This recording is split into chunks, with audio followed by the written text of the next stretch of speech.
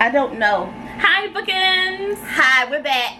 Welcome to a 10-minute book review. Check-in. No, we did the check-in already. This is a review. Oh.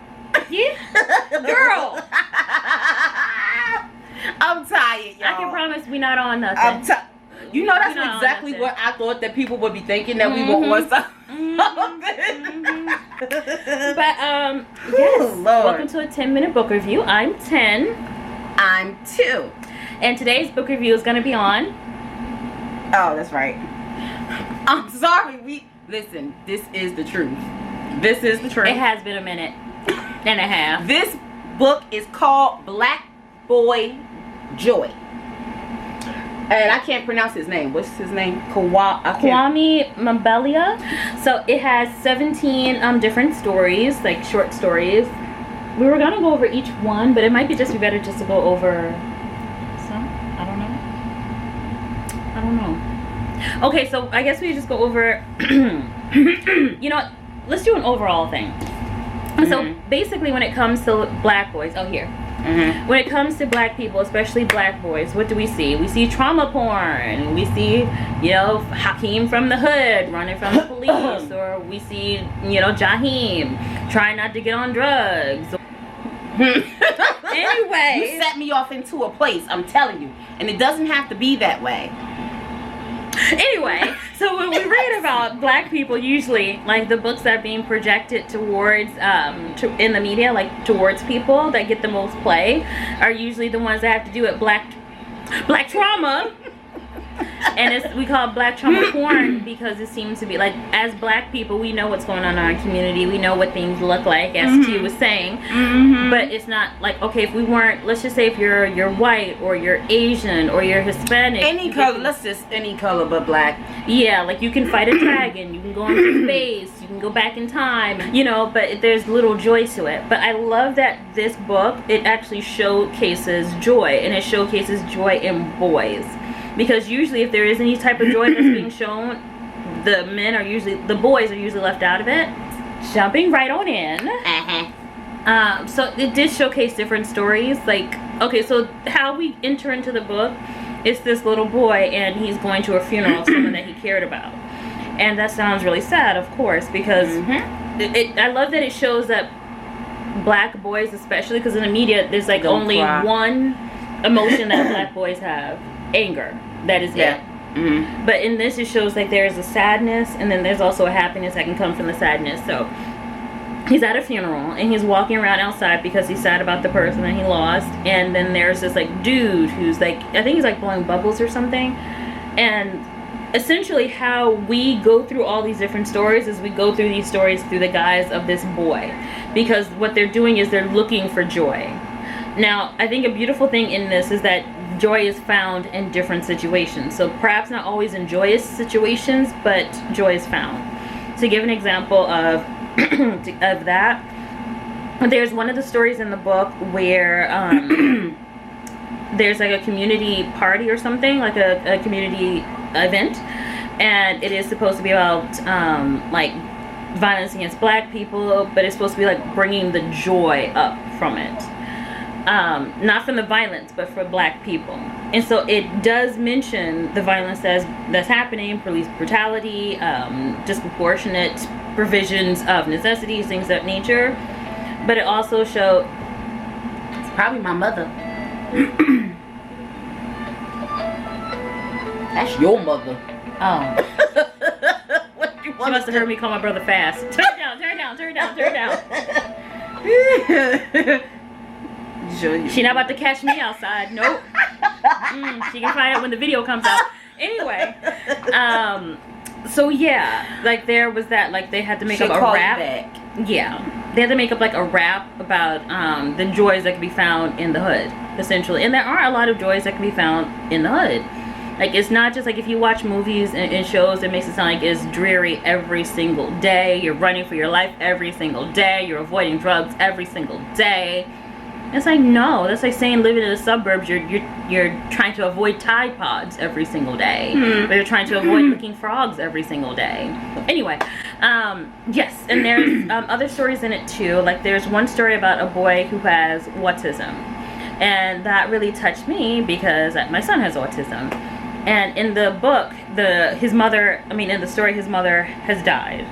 And his mother was one of the most important people to him.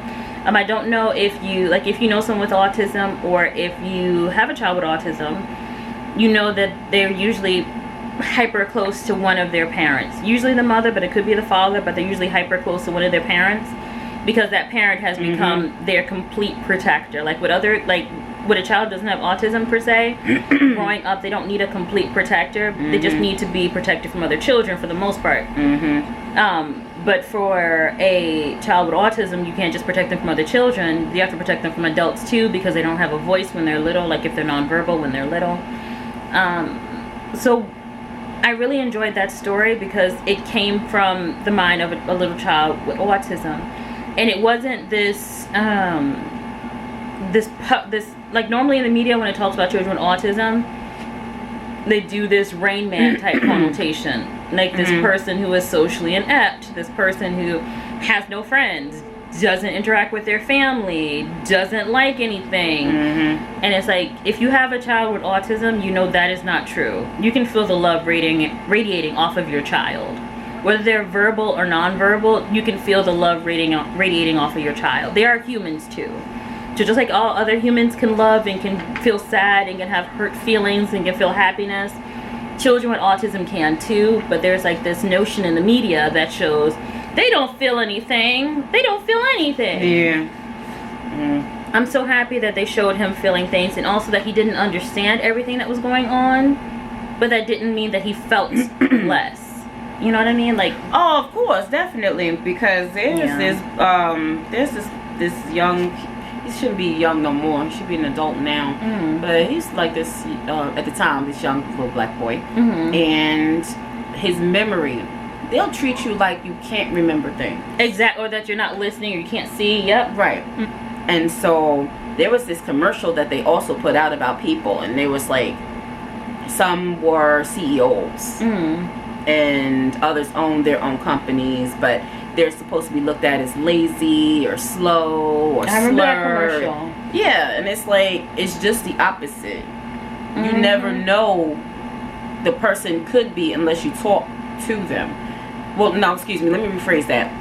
You never know that the person actually has autism unless they actually tell you. Or you raise them. Or, exactly. Yeah. Because other than that, anybody can have, you can have it. And you just look at it like, ooh, well, I don't want this disease. Ooh, no, get away. And it's like, you don't treat people that way. That's also, he wasn't a genius. Like, I love how they just showed he's a regular, like, you know how they do the thing with autistic kids, like, what's your superpower? What do you do? What they're like a dog or something, like a dog who knows like a trick or something. It's like, what can you do that's special? Like, cause I hate Rain Man. I really do hate that movie. I don't know how it got all those awards and accolades and whatever. I never seen it. It's trash. It's trash. It's trash because it makes it look like people with autism are idiot savants. It's like you're too stupid to know one thing, but you're a genius in other things, and that's not how it is to be autistic. They're just regular people with learning disabilities. And so it's like, the boy wasn't a genius. He was just a human who was hyperfixated on, I think it might have been dinosaurs. I could be wrong, but I think he was hyperfixated on dinosaurs. So a hyperfixation doesn't make someone a genius. It just means I love dinosaurs. Like, my son is hyperfixated on math. Is my son a genius? No. Do I allow people to call him a genius? Absolutely not. Like, right now, I'm not going to tell you like what grade he's in, but he is doing, like, he's not in the 8th grade, but he's doing 8th grade math.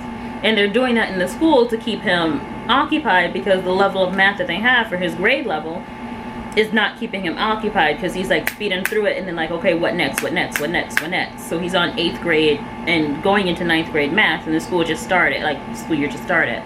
And once again, it's not because he's a genius. I want people to understand that when it comes to autism, it's not that they're geniuses. They are hyper fixated. So they fixate on one particular subject, or maybe one or two, and once they have that hyper fixation, they will learn every single detail about it.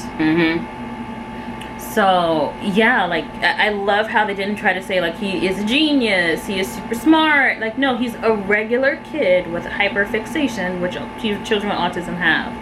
It is what it is. There's nothing wrong with that.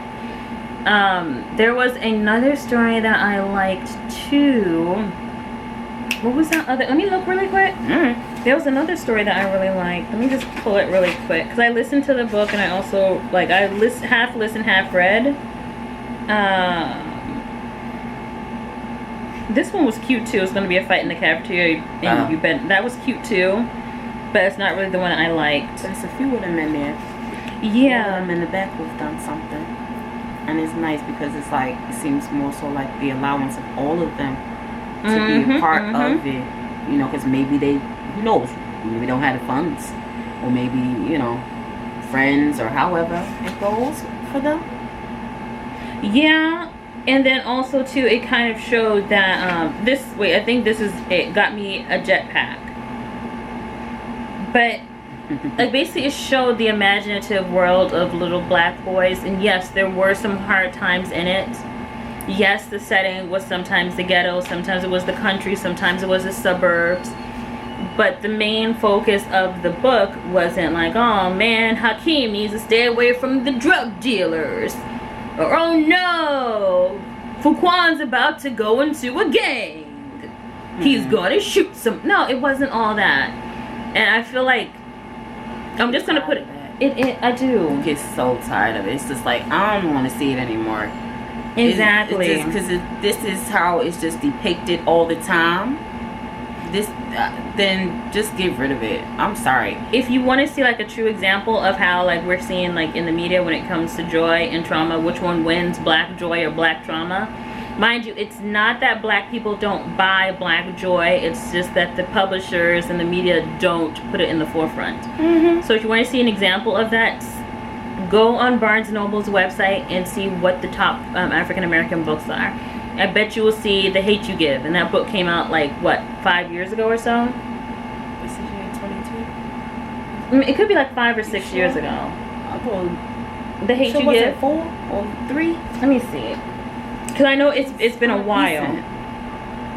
It's kind of recent. Let me have a look really quick. The Hate You Give. The movie came out recently. Yeah. But the book has been out for a while. And that is still the gold standard right now for African American literature. 2017. How many years is that? We're in 2022. 2022? Is that 5? Yeah. It's still the gold standard for African American literature, modern African American literature. And the fact that that's still the gold standard, which, once again, I'm not saying books like that shouldn't exist. What I'm saying is that they shouldn't always be the ones put on the forefront. I'm not even going to go into The Hate That You Give because there's so many people who have, and it's not worth it. Like, we're trying to talk about joy. But look at this book and then compare it to The Hate You Give. Look at any, I'll say this, look at any book about black people that doesn't showcase trauma, that does not showcase trauma, and put up against a book like The Hate You Give. And you're going to see that not only does it have less reviews, also it's advertised less. Like Black Boy Joy, I found this when it came out because another black booktuber had it on their Instagram. Not because, who is this? Not because Random House Kids was actually advertising it heavily. Not because there were any commercials for it. Not because there was any buzz for it. But because another black booktuber said, hey, this is coming out. Don't miss it. And that's not how it should be, you know? Like, if it was, like, I'm not trying to put it like a race type thing, but if it was another race, then, so if it was another race, it would have been advertised as something bigger. Like, if you know what other races, like if someone's Jewish, not every book that they put out has to be about the Holocaust. Right. You know, if someone is Japanese, not every book that they have to put out has to be about the internment camps. But for some reason, books about black people, the ones that get the biggest play, the biggest pull, the biggest media drops, are the ones that showcase slavery, hood life, black trauma, drug use. basically all the things that people consider stereotypical of black people.